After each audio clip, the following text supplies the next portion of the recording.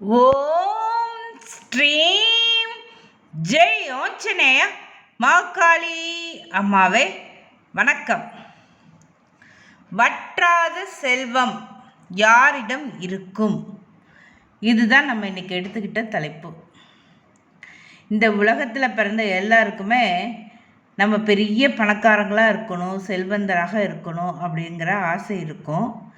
ஆனால் எல்லாருக்கும் அந்த அமைப்பு, அந்த குடுப்பினை இருக்கிறது இல்லை. ஒரு சிலர் பிறந்தது முதல் தனது அந்திம காலம் வரைக்கும் வசதியாகவே இருப்பாங்க, அதாவது பெரிய பணக்காரங்களாகவே இருப்பாங்க. செல்வம் அவங்கக்கிட்ட இருந்துக்கிட்டே இருக்கும், சேர்ந்து கொண்டே இருக்கும், மேலும் மேலும் மேலும் சேர்ந்து கொண்டே இருக்கும். பெரிய பணக்கார வீட்டில் பிறந்து அவங்க வளர வளர வளர வளர அவங்களுக்கு செல்வம் அதிகமாகவே இருக்கும், அவங்கக்கிட்ட அதிகமாகவே சேரும். ஒரு சிலர் ஏழ்மையான குடும்பத்தில் பிறந்தாலும் ஒரு குறிப்பிட்ட வயது வரும் வரை மட்டும்தான் கஷ்டப்படுவாங்க. ஒரு குறிப்பிட்ட வயது வரும் வரை தான் கஷ்டப்படுவாங்க. ஆனால் அவங்கக்கிட்ட செல்வம் சேர ஆரம்பித்ததுன்னா படிப்படியாக வாழ்வில் முன்னேற்றம் அடைந்து செல்வம் அதிகமாக, மிக அதிகமாக சேரும். வற்றாத செல்வம் அவங்கக்கிட்ட இருக்கும். சரி, இப்படிப்பட்ட அமைப்பு, இப்படிப்பட்ட குடுப்பனை யார் ஜாதகத்தில் இருக்குது? அதை நம்ம எப்படி தெரிஞ்சுக்கிறது? அதுக்கான சில சின்ன குறிப்புகளை, டிப்ஸு, சின்ன குறிப்புகளை நம்ம பார்க்கலாம் இந்த பதிவில். ஒரு ஜாதகத்தை பார்த்த உடனேயே நம்ம தெரிஞ்சுக்கலாம், இது செல்வந்தராக இருக்கக்கூடிய ஜாதகம், செல்வந்தராக அமைந்த ஜாதகம் அப்படின்னு பார்க்கலாம். அதற்கான குறிப்புகளை இந்த பதிவில் இப்போ நம்ம பார்க்கலாம். சுக்கிரன் அவர்தான் சுகபோக வாழ்வுக்கு காரக கிரகம். குரு தனகாரகன். இவங்க ரெண்டு பேரும் முதல்ல ஜாதகத்தில் கெட்டு போயிருக்கக்கூடாது, அதை முதல்ல நம்ம புரிஞ்சுக்கணும். அப்புறம் லக்னம் லக்னாதிபதி, ராசி ராசியாதிபதி, அதாவது சந்திரன் நின்ற இடம் அந்த வீட்டு அதிபதி, லக்னம் லக்னாதிபதி, அவங்க நல்லா இருக்காங்களா அப்படின்னு பார்த்துக்கணும். இதெல்லாம் பேசிக் பாயிண்ட்ஸ். லக்னம், ராசி, சுக்கிரன், குரு, இது நாளையும் நம்ம முதல்ல பார்த்து தெரிஞ்சுக்கணும். அப்புறம் இப்போ நான் சொன்ன குறிப்புகளை, நம்ம சொல்கிற குறிப்புகள்லாம் ஜாதகத்தில் இருக்குதா அப்படின்னு பார்க்கணும். எல்லா குறிப்புகளும் இருக்கணுங்கிற அவசியம் கிடையாது. ஏதாவது ஒன்று இருந்தால் போதும், அல்லது இரண்டு இருந்தால் போதும். சுக்கிரன் ஜாதகத்தில் லக்னத்தில் இருந்து எண்ணி வருகின்ற 11ஆம் இடத்தில் இருந்தால் ஜாதகருக்கு சுகபோக வாழ்வு அமையும், வற்றாத செல்வம் அவருக்கு இருக்கும், வறுமை என்பதே இருக்காது அப்படின்னு தெரிஞ்சுக்கலாம். உடனே எல்லாரும் சொல்லுவாங்க, சுக்கிரன் நிறையா பேருக்கு 11ல் இருக்குது, ஆனால் அப்படி இல்லையே அப்படின்னு சொல்லுவாங்க. அங்கே ஒரு விஷயம் முக்கியமாக நம்ம கவனிக்கணும். சுக்கிரன் அந்த இடத்துல நீசம் பெற்றிருக்கக்கூடாது, வக்ரம் பெற்றிருக்கக்கூடாது, ஹஸ்தங்கம் பெற்றிருக்கக்கூடாது, திதி சூன்யத்தில் மாட்டியிருக்கக்கூடாது. இதுதான் மிக முக்கியமாக கவனிக்கணும். கடைசியாக பகை பெற்றிருந்தாலும் கொஞ்சம் பாயிண்ட்ஸ் கம்மி தான். ஒரு காலகட்டத்தில் அவங்க செல்வம் சேர்ப்பாங்க, ஆனால் அதாவது என்ன சொல்கிறது, வறுமை இருக்கும், செல்வமும் இருக்கும் அப்படின்னு எடுத்துக்கலாம். சில நேரங்களில் வறுமையில் கஷ்டப்படுவாங்க, சில நேரங்களில் செல்வந்தர்களாக இருப்பாங்க அப்படின்னு எடுத்துக்கலாம். சுக்கிரன் எந்த விதத்திலும் கெட்டு போயிருக்கக்கூடாது.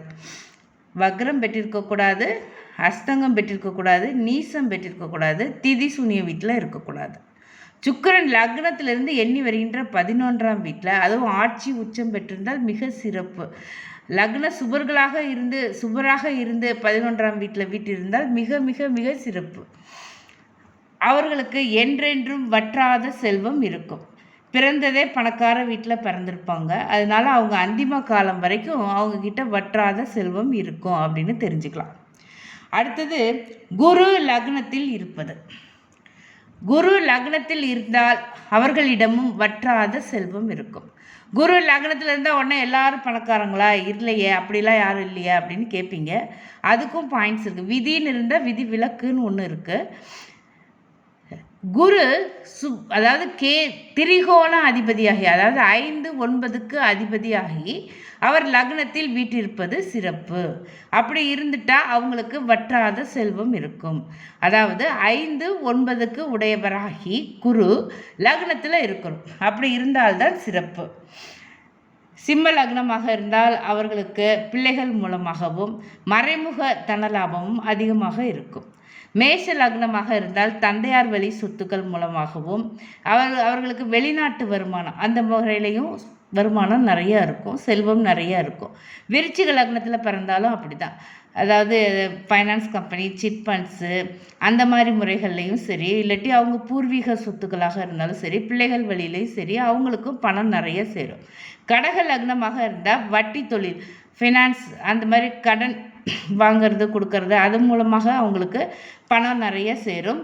தந்தையார் வழி வருமானம் வரும், வெளிநாட்டு வருமானம் நிறைய வரும். கடக லக்னமாகி லக்னத்திலேயே குரு உச்சம் பெற்றிருந்தால் நிச்சயமாக ஜாதகருக்கு வற்றாத செல்வம் இருக்கும். குரு அந்த இடத்துல வக்ரம் பெற்றிருக்கக்கூடாது, அதை மட்டும் நம்ம கவனமாக பார்த்துக்கணும். குரு லக்னத்தில் இருக்கும் பொழுது வக்ரம் பெற்றிருக்கக்கூடாது. அவர் திரிகோண அதிபதியாகி, அதாவது 5, 9ஆம் வீட்டிற்கு அதிபதியாகி குரு லக்னத்தில் இருக்கணும். லக்னத்தில் குரு இருக்கும் பொழுது அவர் வக்ரம் பெற்றிருக்கக்கூடாது, நீசம் பெற்றிருக்கக்கூடாது, திதி சூனிய வீடாக அது இருக்கக்கூடாது. இதை முதல்ல நம்ம முக்கியமாக கவனிச்சுக்கணும். இப்படி இருந்துட்டா அவங்களுக்கும் வற்றாத செல்வம் இருக்கும் அப்படிங்கிறத புரிஞ்சுக்கணும். அடுத்தது 12ஆம் அதிபதி 12ஆம் வீட்டிலேயே இருப்பது, அதுவும் சுபகிரகமாக குரு, சுக்கிரன், புதன், வளர்பிறை, சந்திரன் இவர்கள் 12ஆம் வீட்டு அதிபதியாகி 12ஆம் வீட்டிலேயே ஆட்சி பெற்றிருப்பது சிறப்பு. இவர்களுக்கும் ஒரு சுகபோகமான ஒரு வாழ்க்கை உண்டாகும், நிச்சயம் உண்டாகும். அப்படி அவங்கக்கிட்ட செல்வம் சேர ஆரம்பிச்சிருச்சுன்னா அது என்றென்றைக்கும் வற்றவே வற்றாது. அவங்க கடைசி காலம் வரைக்கும், அவங்க அந்திம காலம் வரைக்கும் அவங்க செல்வந்தர்களாகவே இருப்பாங்க அப்படிங்கிறத புரிஞ்சுக்கணும். எல்லாத்துக்கும் இந்த பாயிண்ட்டை கவனிச்சுக்கணும். நீசம் பெற்றிருக்கக்கூடாது, வக்ரம் பெற்றிருக்கக்கூடாது, திதி சூனிய வீட்டில் மாட்டிருக்கக்கூடாது. பகை கிரகங்கள் ராகு கேதுக்களால் பார்வை, ராகு கேதுக்களுடன் சேர்ந்திருப்பது இதெல்லாம் கூடாது. இப்படியெல்லாம் இருக்கக்கூடாது. 12ஆம் வீட்டு அதிபதி 12ஆம் வீட்டில் ஆட்சி பெற்றிருக்கணும். அதுவும் குரு, புதன், வளர்பிறை, சந்திரன், சுக்கிரன் இந்த மாதிரி 4 கிரகங்கள் சுப கிரகங்களாகி 12ஆம் வீட்டில் இருந்துட்டாங்க. அதிபதியாகி 12ஆம் வீட்டிற்குரிய அதிபதியாகி அந்த 12ஆம் வீட்டிலேயே ஆட்சி பெற்றிருந்தாங்க அப்படின்னா அது சிறப்பு. அவர்களுக்கும் செல்வம் சேர ஆரம்பிச்சிருச்சுன்னா அது வற்றவே வற்றாது. அவர்களும் பெரிய செல்வந்தர்களாகவே இருப்பாங்க. அடுத்ததாக புதன், குரு, சுக்கிரன் இவர்கள் 3 பேரும் இணைந்து ஜாதகத்தில் லக்னத்திலிருந்து எந்த இடத்துல வேணாலும் இருக்கலாம். 12 வீடுகளில் எந்த வீட்டில் வேணாலும் இருக்கலாம். புதன், குரு, சுக்கிரன் இணைந்து எந்த வீட்டில் வேணாலும் இருக்கலாம். பாவ கிரக சேர்க்கை மட்டும் இருக்கக்கூடாது. சனி, ராகு, கேது அவங்களோட தொடர்பு இருக்கக்கூடாது, அவ்வளோதான். அப்புறம் லக்ன அவயவர்கள், பாவர்கள், பாதகாதிபதி, மாரகாதிபதி அவங்க பார்வை செஞ்சுருக்கக்கூடாது, உடன் இருக்கக்கூடாது, சேர்க்கை பெற்றிருக்கக்கூடாது. இந்த மாதிரி திதி சூனிய வீடாக இருக்கக்கூடாது. அதுவும் முக்கியமான பாயிண்ட். இதெல்லாம் கவனத்தில் வச்சுக்கணும். குரு, சுக்கிரன், புதன் வக்ரம் பெற்றிருக்கக்கூடாது, அதையும் நம்ம கவனத்தில் வச்சுக்கணும்.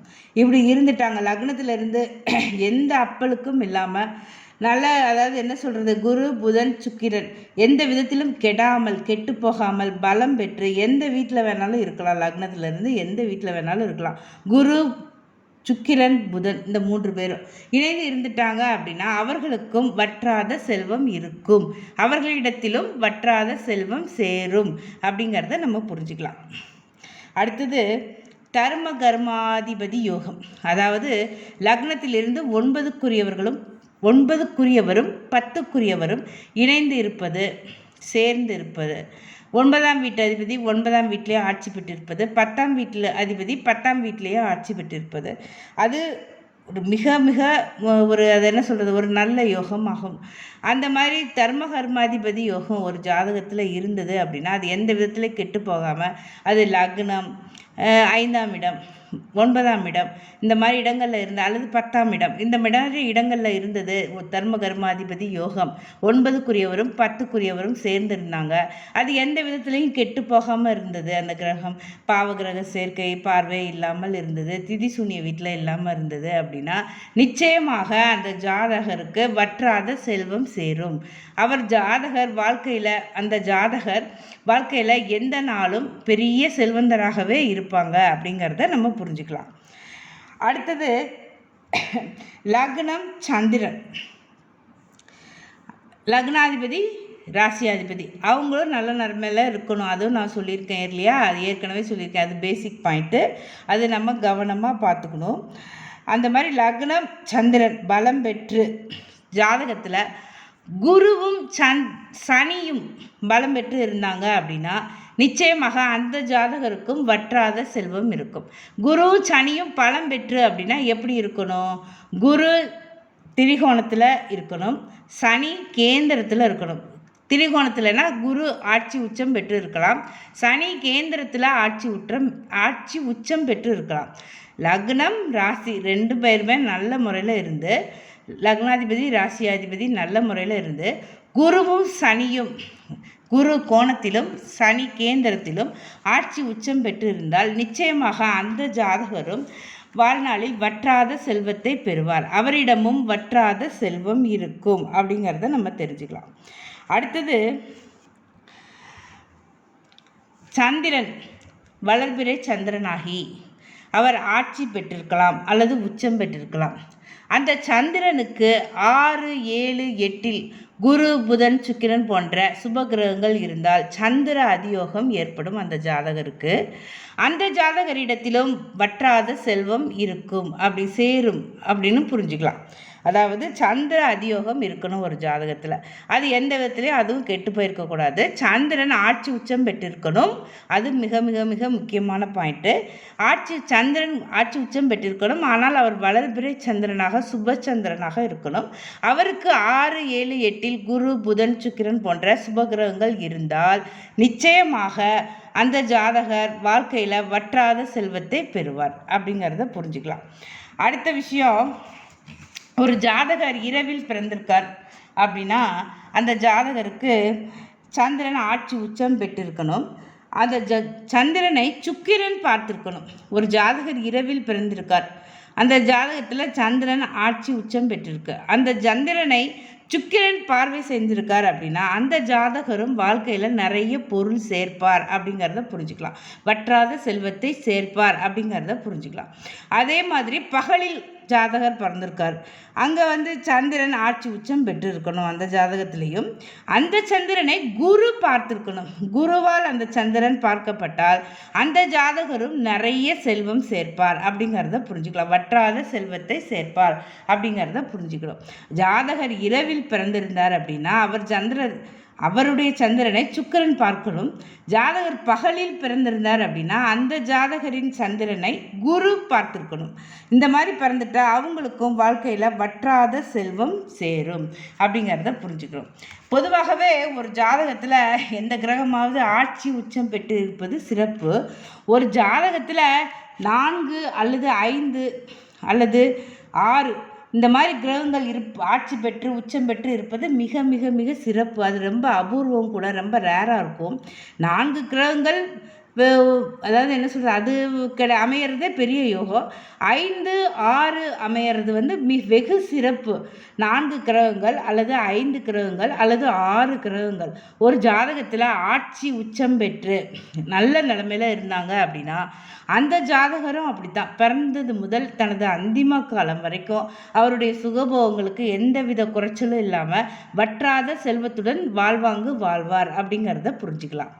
நேர்களே, இது வரைக்கும் ஒரு ஜாதகத்தை நம்ம பார்த்த உடனே சில குறிப்புகள், இந்த மாதிரி குறிப்புகள்லாம் இருந்தால் அவங்க நிச்சயமாக செல்வந்தர்களாக இருப்பாங்களா, அவருடைய செல்வம் வற்றாமல் அவரிடம் இருக்குமா அப்படிங்கிறத பற்றி நம்ம இந்த பதிவில் பார்த்தோம். அதாவது வற்றாத செல்வம் யாரிடம் இருக்கும் அதை பற்றி விரிவாக இந்த பதிவில் நம்ம பார்த்தோம்.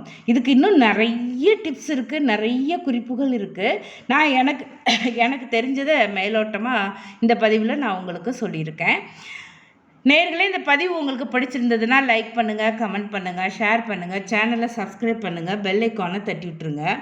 ஜோதிட சம்பந்தமான பொதுவான கேள்விகளுக்கு யூடியூப் கமெண்ட் செக்ஷனில் கீழே பதிவு பண்ணுங்கள். டிம்பிள் அம்மா ஆஸ்ட்ரோ அப்படிங்கிற ஃபேஸ்புக் பக்கத்தையும் இன்ஸ்டாகிராம் பக்கத்தையும் ஃபாலோ பண்ணுங்கள். நன்றி, வணக்கம்.